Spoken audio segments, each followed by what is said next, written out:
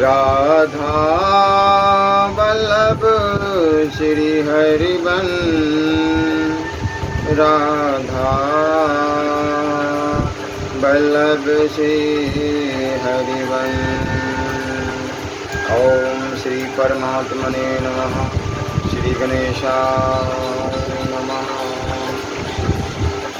यमुना और श्री कृष्ण पत्नियों का संवाद। कीर्तनोत्सव में उद्धव जी का प्रकट होना। महाराज परीक्षित को भगवान श्री कृष्ण ने ही जीवन दान दिया था, अतः वे उनके पुत्र वज्रनाभ के लिए क्या नहीं कर सकते थे। अखिल भूमंडल के सम्राट तो थे ही, उनकी आज्ञा कौन नहीं मानता। उन्होंने इंद्रप्रस्थ दिल्ली से हजारों बड़े बड़े सेठों को बुलाकर उन्हें मथुरा में रहने की जगह दी। इनके अतिरिक्त मथुरा मंडल के ब्राह्मणों को, जो भगवान के बड़े ही प्रेमी थे, बुलवाया और उन्हें आदर के योग्य समझकर मथुरा नगरी में बसाया। इस प्रकार राजा परीक्षित की सहायता और महर्षि सांडल्य की कृपा से वज्रनाभ ने क्रमश उन सभी स्थानों की खोज की जहाँ भगवान श्री कृष्ण अपने प्रेमी गोपियों के साथ नाना प्रकार की लीलाएं करते थे। लीला स्थानों का ठीक ठीक निश्चय हो जाने पर उन्होंने वहाँ की लीला के अनुसार उस स्थान का नामकरण किया। भगवान के लीला विग्रहों की स्थापना की तथा उन स्थानों पर अनेकों गांव बसाए। स्थान स्थान पर भगवान के नाम से कुंड और कुएं खुदवाए, कुंज और बगीचे लगवाए, शिव आदि देवताओं की स्थापना की तथा गोविंद देव, हरिदेव आदि नामों से भगवत विग्रह स्थापित किए। इन सब शुभ कर्मों के द्वारा वज्रनाभ ने अपने राज्य में सब और एकमात्र श्री कृष्ण भक्ति का प्रचार किया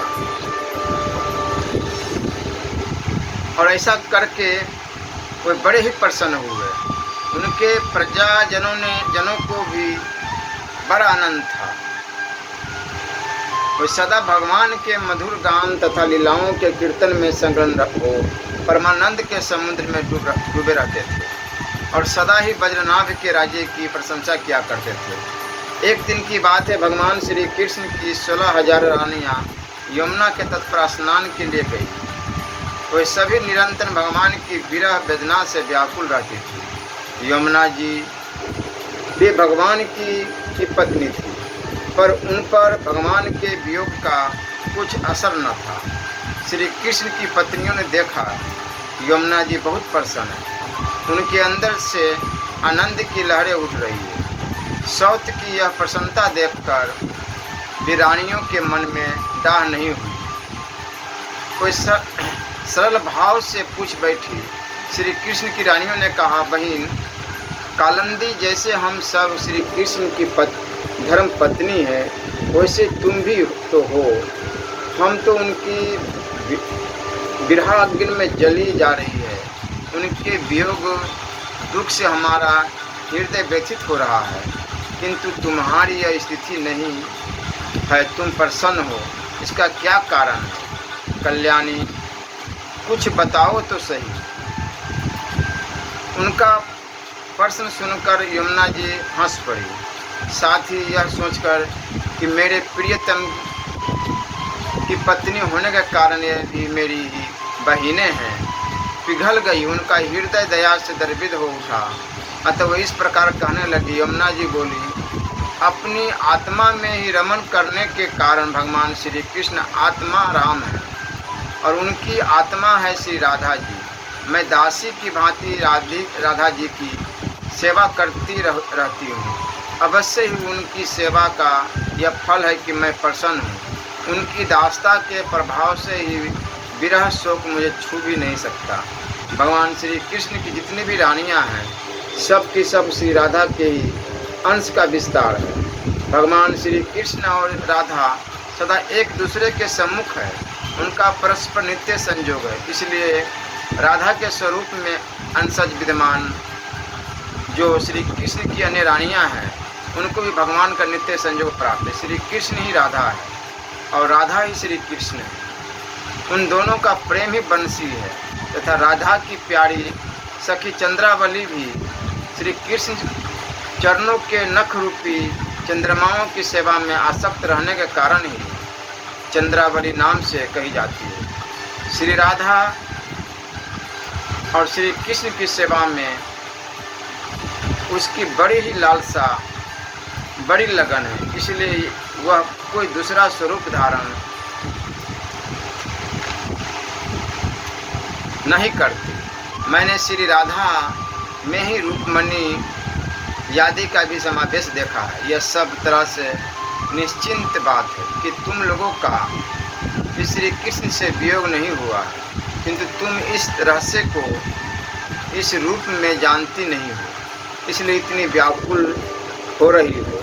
इसी प्रकार पहले भी जब अक्रूर श्री कृष्ण को नंदगांव से मथुरा में ले आए थे, उस अवसर पर भी गोपियों को श्री कृष्ण से विरह की प्रतीति हुई। वह भी वास्तविक विरह नहीं, केवल विरह का आभास था। इस बात को जब तक वह नहीं जानती थी तब तक उन्हें बड़ा कष्ट था। फिर जब उद्धव जी ने आकर उनका समाधान किया तब वह इस बात को समझ सकी। उद्धव जी ने उनके इस विरह को विरहाभास ही बतलाया। वास्तव में तो उनका भगवान से नित्य संयोग था। यदि तुम्हें भी उद्धव जी का सत्संग प्राप्त हो जाए तो तुम सब भी अपने प्रियतम श्री कृष्ण के साथ नित्य विहार का सुख प्राप्त कर लोगे।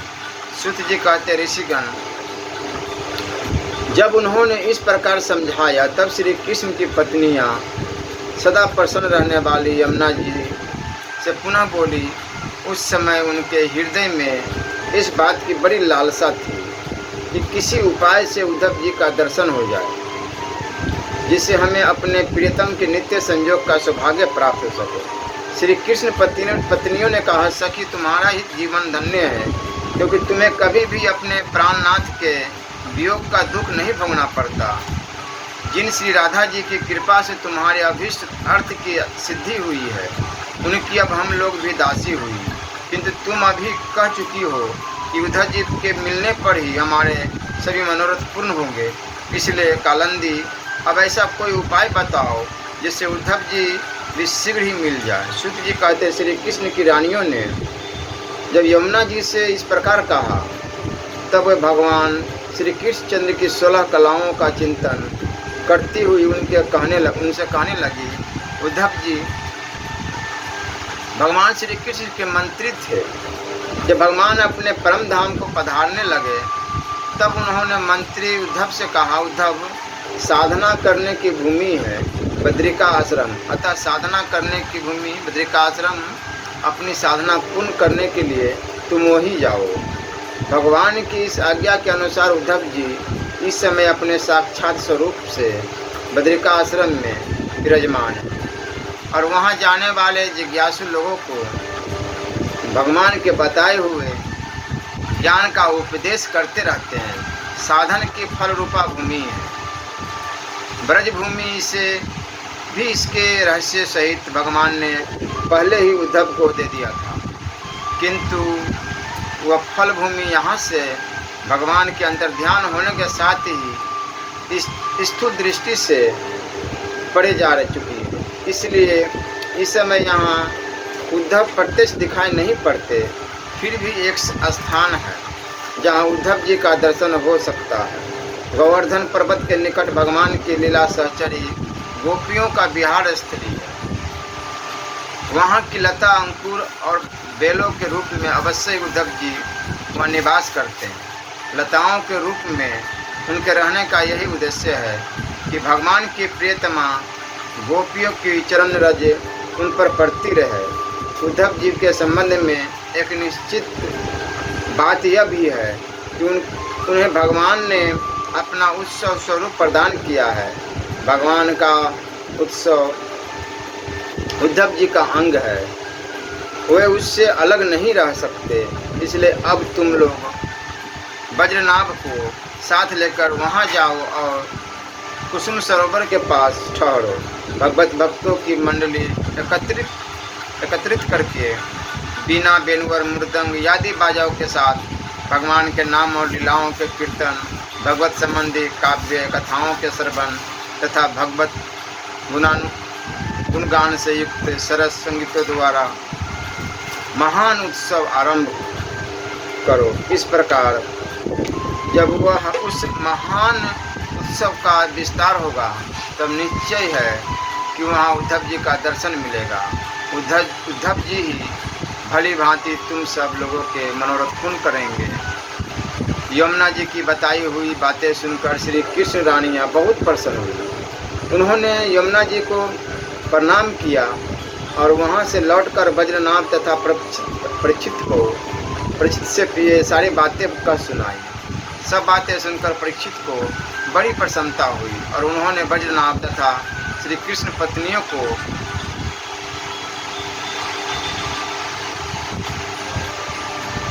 उसी समय साथ ले उस स्थान पर पहुंचकर तत्काल वह सब कार्य आरंभ करवा दिया जो कि यमुना जी ने बताया था। गोवर्धन के निकट वृंदावन के भीतर कुसुम सरोवर पर जो सखियों की विहार स्थली है वहाँ ही श्री कृष्ण कीर्तन का उत्सव आरंभ हुआ। श्री राधा जी तथा उनके प्रियतम श्री कृष्ण की वह लीला भूमि जब साक्षात संकीर्तन की शोभा से संपन्न हो गई, उस समय वहाँ रहने वाले सभी भक्तजन एकाग्र हो गए।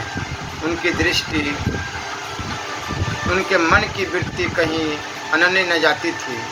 तदंतर सबके देखते देखते वहाँ फैले हुए तृण गुल्म और लताओं के समूह से प्रकट होकर श्री उद्धव जी सबके सामने आए। उनका शरीर श्याम वर्ण था, उस पर पीताम्बर शोभा पा रहा था।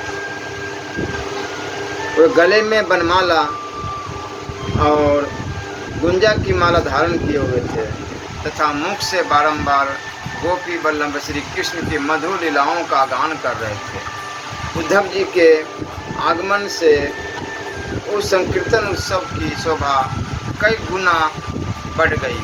उस समय सभी लोग आनंद के समुद्र में निमग्न हो गए, अपना सब कुछ भूल गए, सारी शुद्ध बुद्ध खो बैठे। थोड़ी देर बाद जब उनकी चेतना दिव्य लोक से नीचे आई, अर्थात जब उन्हें होश हुआ, तब उद्धव जी को भगवान श्री कृष्ण के स्वरूप में उपस्थित देख अपना मनोरथ पूर्ण हो जाने के कारण प्रसन्न हो तो उनकी पूजा करने लगे।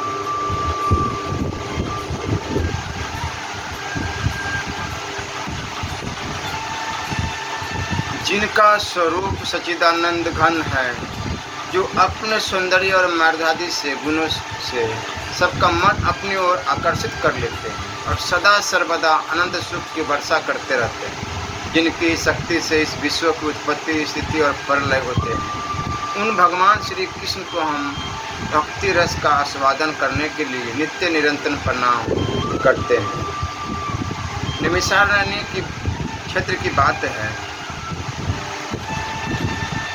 कि श्री सूत जी स्वस्थ चित्त से अपने आसन पर बैठे हुए थे। उस समय भगवान की अमृतमय लीला कथा के रसिक उसके रसास्वादन में अत्यंत कुशल सनकादि ऋषियों ने सूत जी को प्रणाम करके उनसे यह प्रश्न किया, धर्मराज युधिष्ठिर, जब मथुरा मंडल में अनिरुद्ध नंदन वज्र का और हस्तिनापुर में अपने पुत्र परीक्षित का राज्याभिषेक करके हिमालय पर चले गए, तब राजा वज्र और परीक्षित ने कैसे कैसे कौन सा कार्य किया। सनकादि ब्रह्म ऋषियों, जब धर्मराज युधिष्ठिर और आदि पांडवगण स्वर्गरोहण के लिए हिमालय चले गए, तब सम्राट परीक्षित एक दिन मथुरा गए। उनकी इस यात्रा का उद्देश्य इतना ही था कि वहां जाकर वज्रनाभ से मिलजुल आए। जब वज्रनाभ को यह समाचार मालूम हुआ कि मेरे पिता तुल्य परीक्षित मुझसे मिलने के लिए आ रहे हैं, तब उनका हृदय प्रेम से भर गया। उन्होंने नगर से आगे बढ़कर उनकी अगवानी की, चरणों में प्रणाम किया और बड़े प्रेम से उन्हें वे अपने महल में ले आए। वीर परीक्षित भगवान श्री कृष्ण के परम प्रेमी भक्त थे। उनका मन नित्य निरंतर आनंद घन श्री कृष्ण चंद्र में ही रमता रहता था। उन्होंने भगवान श्री कृष्ण के परपोत्र वज्रनाभ का बड़े प्रेम से आलिंगन किया। इसके बाद अंतपुर में जाकर भगवान श्री कृष्ण की पत्नियों को नमस्कार किया। श्री कृष्ण पत्नियों ने भी सम्राट परीक्षित का अत्यंत सम्मान किया और जब आराम से बैठ गए तब उन्होंने वज्रनाभ से यह बात कही। राजा परीक्षित ने कहा, तुम्हारे पिता और पितामहों ने मेरे पिता पितामह को बड़े बड़े संकटों से बचाया है, मेरी रक्षा भी उन्होंने ही की है। वज्रनाभ बोले, महाराज आप मुझसे जो कुछ कह रहे हैं वह सर्वथा आपके अनुरूप है। आपके पिता ने भी मुझे धनुर्वेद की शिक्षा देकर मेरा महान उपकार किया है, इसलिए मुझे किसी बात की तनिक भी चिंता नहीं है, क्योंकि उनकी कृपा से मैं क्षत्रिय और शूरवीरता से भली भांति संपन्न हूँ। मुझे चिंता है तो केवल एक बात की, सचमुच वह बहुत बड़ी चिंता है, आप उसके संबंध में कुछ विचार कीजिए। वह चिंता यह है कि मैं मथुरा मंडल के राज्य पर अभिषिक्त हूँ, तथापि मैं यहाँ निर्जन वन में ही रहता हूँ। इस बात का मुझे कुछ भी पता नहीं है कि यहाँ की प्रजा कहाँ चली गई, क्योंकि राज्य का सुख तो तभी है जब प्रजा रहे। जब वज्रनाभ ने परीक्षित से यह बात सुन कही तो उन्होंने वज्रनाभ का संदेह मिटाने के लिए महर्षि शांडिल्य को बुलावाया। ये ही महर्षि शांडिल्य पहले नंद आदि गोपों के पुरोहित थे। परीक्षित संदेश पाते महर्षि शांडिल्य वहाँ आ पहुँचे। वज्रनाभ ने विधि पूर्वक उनका स्वागत सत्कार किया और वे एक ऊंचे आसन पर विराजमान हुए एवं उनको सांत्वना देते हुए कहने लगे। शांडिल्य जी ने कहा, वज्रनाभ, मैं तुम लोगों से ब्रज भूमि का रहस्य बतलाता हूँ, तुम एकाग्र होकर सुनो। वज्र शब्द का अर्थ है व्याप्ति, व्यापक होने के कारण ही इस भूमि का नाम ब्रज पड़ा है। सत्व रज तम, इन तीन गुणों से अतीत जो परब्रह्म है वही व्यापक है, इसलिए उसे ब्रज कहते हैं। वह सच्चिदानंद स्वरूप परम ज्योतिमय और अविनाशी है। जीवन मुक्त पुरुष उसी में स्थित रहते हैं। इस पर ब्रह्म स्वरूप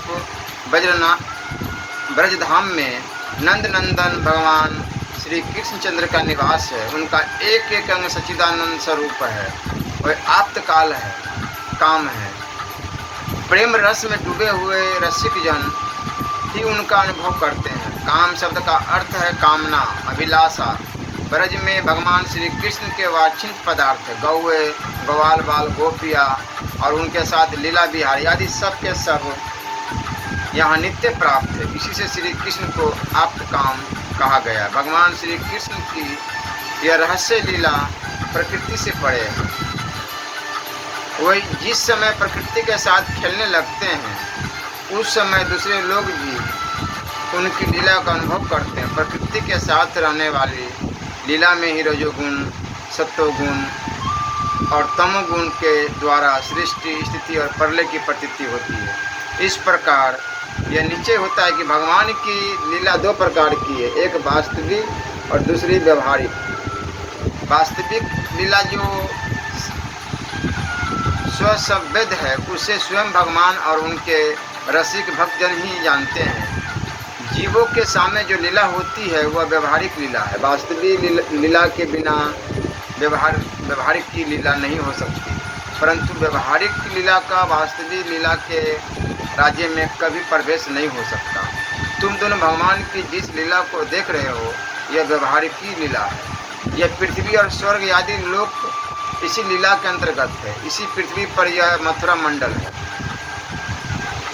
यही वह ब्रज भूमि है जिसमें भगवान की वह वास्तविक रहस्य लीला गुप्त रूप से सदा होती रहती है। वह कभी कभी प्रेम पूर्ण हृदय वाले रसिक भक्तों को सब ओर दिखने लगती है। कभी 28वें द्वापर के अंत में जब भगवान की रहस्य लीला के अधिकारी भक्तजन यहाँ एकत्र हुए होते हैं, जैसा कि इस समय भी कुछ काल पहले हुए थे, उस समय भगवान अपने अंतरंग प्रेमियों के साथ अवतार लेते हैं।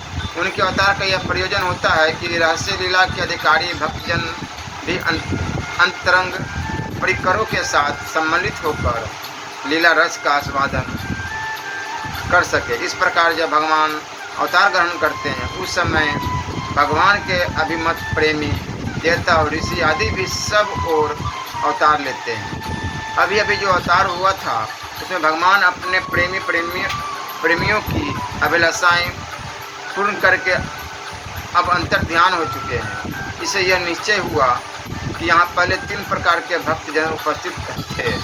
ऐसा मानने में तनिक भी संदेह के लिए गुंजाइश नहीं है। उन तीनों में प्रथम तो उनकी छेनी है कि भगवान के नित्य अतरंग पार्षद है, जिनका भगवान से कभी वियोग होता ही नहीं। दूसरे वो है जो एकमात्र भगवान को पाने की इच्छा रखते,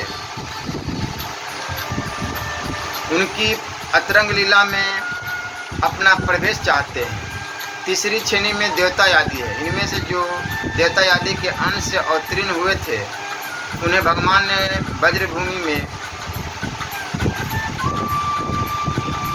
ब्रजभूमि से हटाकर पहले ही द्वारका पहुंचा दिया था। फिर जब ब्राह्मणों के शाप से यदुवंश का संहार करने के लिए सांब के पेट से मुसल प्रकट हुआ और उस मुसल के चूरे से प्रभात क्षेत्र में एरका नाम की घास उत्पन्न हो गई। उस समय परस्पर कलह होने पर सभी यदुवंशी उन एरकाओं से एक दूसरे को मार कर मर गए। इस प्रकार भगवान ने उस मुसल के मार्ग से यदुकुल में उत्पन्न हुए देवताओं को स्वर्ग में भेजकर पुनः अपने अपने अधिकार पर स्थापित कर दिया तथा जिन्हें एकमात्र भगवान को ही पाने की इच्छा थी उन्हें प्रेमानंद स्वरूप बनाकर श्री कृष्ण ने सदा के लिए अपने नित्य अतरंग पार्षदों में सम्मिलित कर लिया। जो नित्य पार्षद वे यद्यपि यहाँ गुप्त रूप से होने वाली नित्य लीला में सदा ही रहते हैं, परंतु जो उनके दर्शन के अधिकारी नहीं हैं, ऐसे पुरुषों के लिए कोई भी अदृश्य हो गए हैं। जो लोग व्यवहारिक लीला में स्थित हैं वो नित्य लीला का दर्शन पाने के अधिकारी नहीं हैं। इसलिए यहाँ आने वाले को सब और निर्जन वन सुना ही सुना दिखाई देता है, क्योंकि वे वास्तविक लीला में स्थित भक्तजनों को देख नहीं सकते। इसलिए ब्रजनाभ, तुम्हें तनिक भी चिंता नहीं करनी चाहिए। तुम मेरी आज्ञा से यहाँ बहुत से गांव बसाओ, इससे निश्चय ही तुम्हारे मनर्थों को सिद्धि होगी। भगवान श्री कृष्ण ने जहाँ जैसी लीला की है उसके अनुसार उस स्थान का नाम रखकर तुम अनेकों गांव बसाओ और इस प्रकार परम उत्तम ब्रजभूमि का सम्यक प्रकार से सेवन करते रहो। गोवर्धन, दीर्घपुर, दीर्घ, मथुरा, महावन, गोकुल, नंदीग्राम, नंदगांव और वृत्तसानु, बरसाना आदि में तुम्हें अपने लिए छावनी बनवानी चाहिए और उन स्थानों में रहकर भगवान की लीला के स्थल, नदी, पर्वत, कंदरा, सरोवर और कुंड तथा कुंज वन आदि सेवन करते रहना चाहिए। ऐसा करने तुम्हारे राज्य में प्रजा बहुत ही संपन्न होगी और तुम भी अत्यंत प्रसन्न रहोगे। यह ब्रजभूमि सच्चिदानंदमय है, इसके कण कण में भगवान श्री कृष्ण रम रहे हैं, अतः तुम्हें हर तरह से प्रयत्नपूर्वक इस भूमि का सेवन करना चाहिए। मैं आशीर्वाद देता हूँ, मेरी कृपा से भगवान की लीला के जितने भी स्थल है सबकी तुम्हें ठीक ठीक पहचान हो जाएगी। ब्रजनाभ, एक और बड़े महत्व की बात बतलाता हूँ। इस ब्रजभूमि का सेवन करते रहने से तुम्हें किसी दिन उद्धव जी मिल जाएंगे। फिर तो अपनी माताओं से तुम उन्हीं से इस भूमि का तथा भगवान की लीला का रहस्य भी जान लोगे। मुनिवर सांडल्य जी उन दोनों को इस प्रकार समझा बुझाकर भगवान श्री कृष्ण का स्मरण करते हुए अपने आश्रम पर चले गए। उनकी बातें सुनकर राजा परीक्षित और ब्रजनाभ दोनों ही बहुत प्रसन्न हुए। श्री राधा वल्लभ लाल की जय।